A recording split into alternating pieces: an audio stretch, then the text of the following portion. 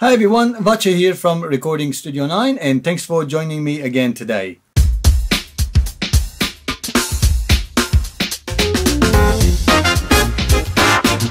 And today I'm looking at SonarWorks Reference 4 Room Acoustic Measurement and Equalization software. You might know I have several videos on my channel about room acoustic measurement and equalization. SonarWorks with Reference 4 combines both the measurement and the equalization into one system-wide software. So basically it combines Room EQ Wizard and Equalizer APO equalization software into one easy-to-use package. Well, I have been hearing about Reference 4 from SonarWorks quite a lot lately, so I thought I'll give it a try as well. They do have the demo version, so I downloaded the demo version, installed it on my laptop and ran it through. I also tested the headphone version of it, and looking at the headphones, since I don't really mix with headphones, but I thought I'll give it a try, and I used about two of my headphones. I used my KRK 8400, the KNS 8400, as well as my Audio-Technica M50. So, it does make a difference. It does sound more natural. So I know that the M50 does have enhanced bass, where using the SonarWorks Reference 4 for headphones balances that out, and same with the KRK. I haven't tried my other headphones. I thought two of them should be enough to actually test it out, because I was more interested in testing my room using a reference microphone, which is the Behringer ECM 8000, with my PreSonus Ares E8 speaker monitors. Running through the acoustic measurement is slightly different than from, I guess, Room EQ Wizard, to the fact that it asks you to take 24 different measurements around your sitting area, basically around your chair. It does ping from the speakers to the microphone, measures the distance, so it knows whereabouts the microphone is in reference to left and right speaker, where it's positioned. So, and then asks you to move to certain positions and take measurements, so that it's not only one single position, but overall sort of average around where you normally sit in the chair. Because normally you don't sit in the chair sort of like a statue and to listen and mix. You are moving around when you're listening. So using SonarWorks with multiple references for its measurement, I guess it averaging it out so it gets a better response. So once the measurement has been done, you can save the file, and then you can open up your system-wide application, which is a driver, an audio driver that sits between your speakers and your PC.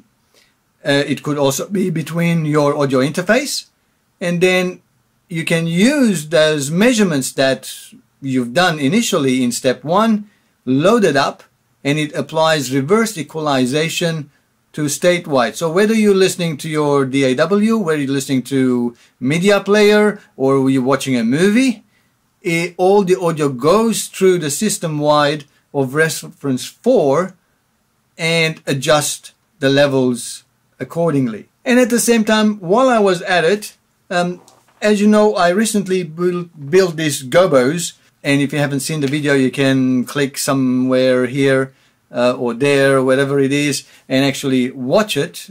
I thought I'll test if this is actually doing any difference, because they normally sit right behind me as I'm mixing now. I definitely do hear some difference. It's less echoey in the room, so more direct sound from the speakers, but I thought I'll measure it and see makes any difference while these are in or taken away.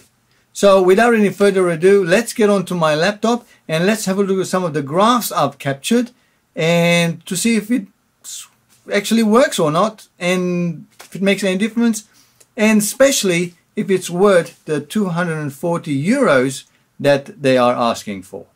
So what we're looking at the screen is the SonarWorks system-wide equalization. So the graph you see on the screen is the response after I've done the test and the measurement of my speakers in my room. So basically what it does, it applies reverse equalization to bring up some of these dips and bring down some of these peaks to make it balance. We look at the advanced.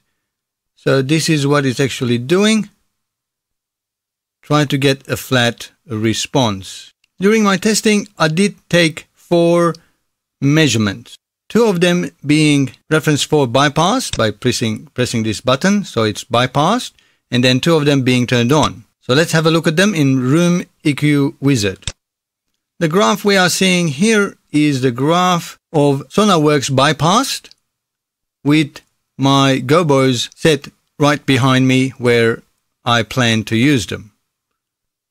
So as you can see, I do have some dips at about 70, 75 Hertz and a little bit of peaks. And that's quite a big dip. That's about nearly 8 dB, 10 dB dip there.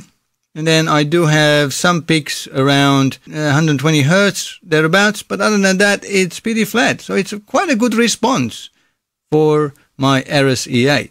And then I applied the equalization. Reference 4 balanced that out. So now it's pretty much up and down, maybe a couple of dBs, maybe 3 or 4 dBs, which is quite normal. Normally, speaker measurements are done plus or minus 3 dB. So it did level out quite well. And then I removed my gobos. And then this was the response without the gobos. Well, not much difference, pretty much the same. And then I added SonarWorks with no gobo. Again, not much different.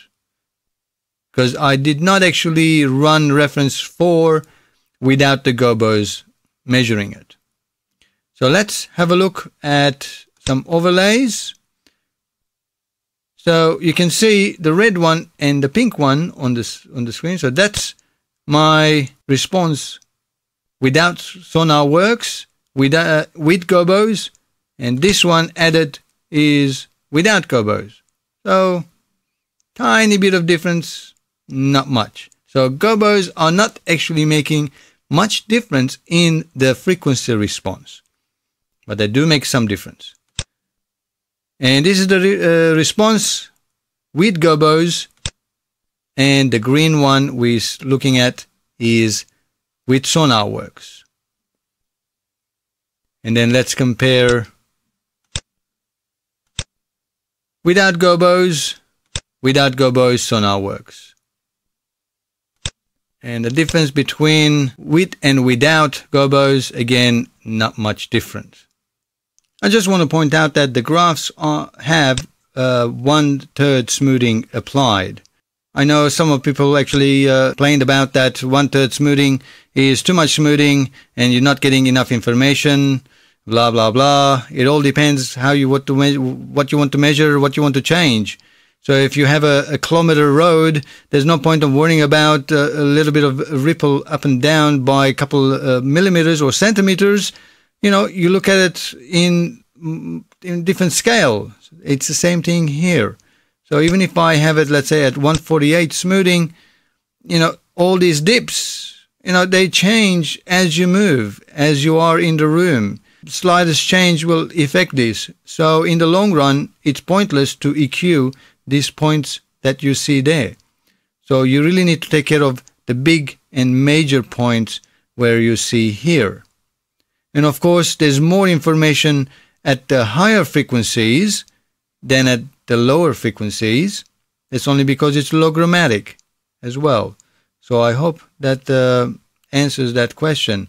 Because I normally apply either 1/3 or 1/6 smoothing as the maximum, and that's all you really need to know, because any more detail is just irrelevant.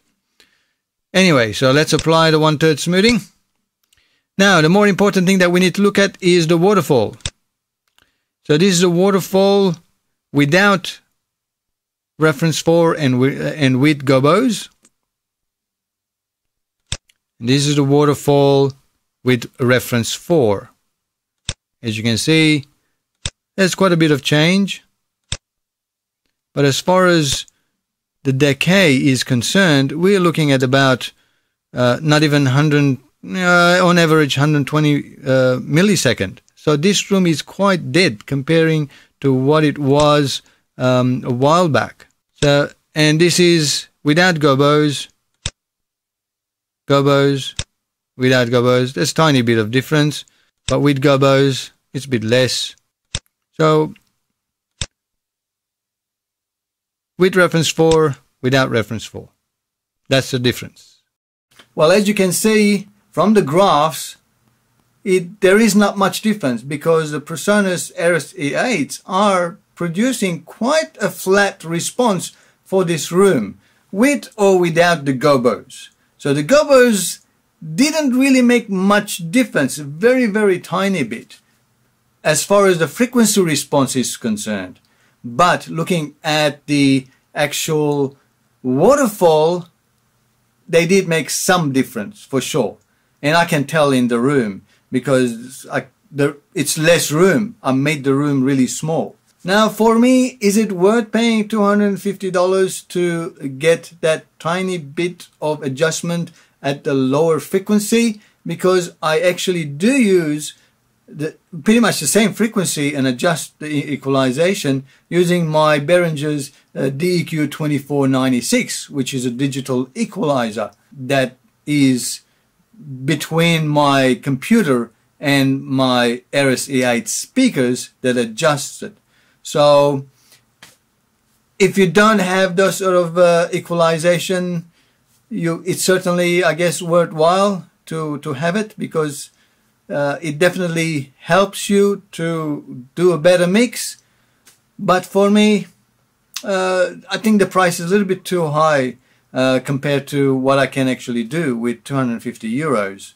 You know, comparing to Australian dollars, that's about, you know, nearly $400. So that's a lot of money to pay for a software. That's my verdict. If you like to spend the money, then it's worth it. But if you don't have the money, then there's always a free way to go about it. Well, that's it. I hope this was useful. If it was, give me the thumbs up. And as always, thanks for watching and have a great time making more music. Cheerio, guys.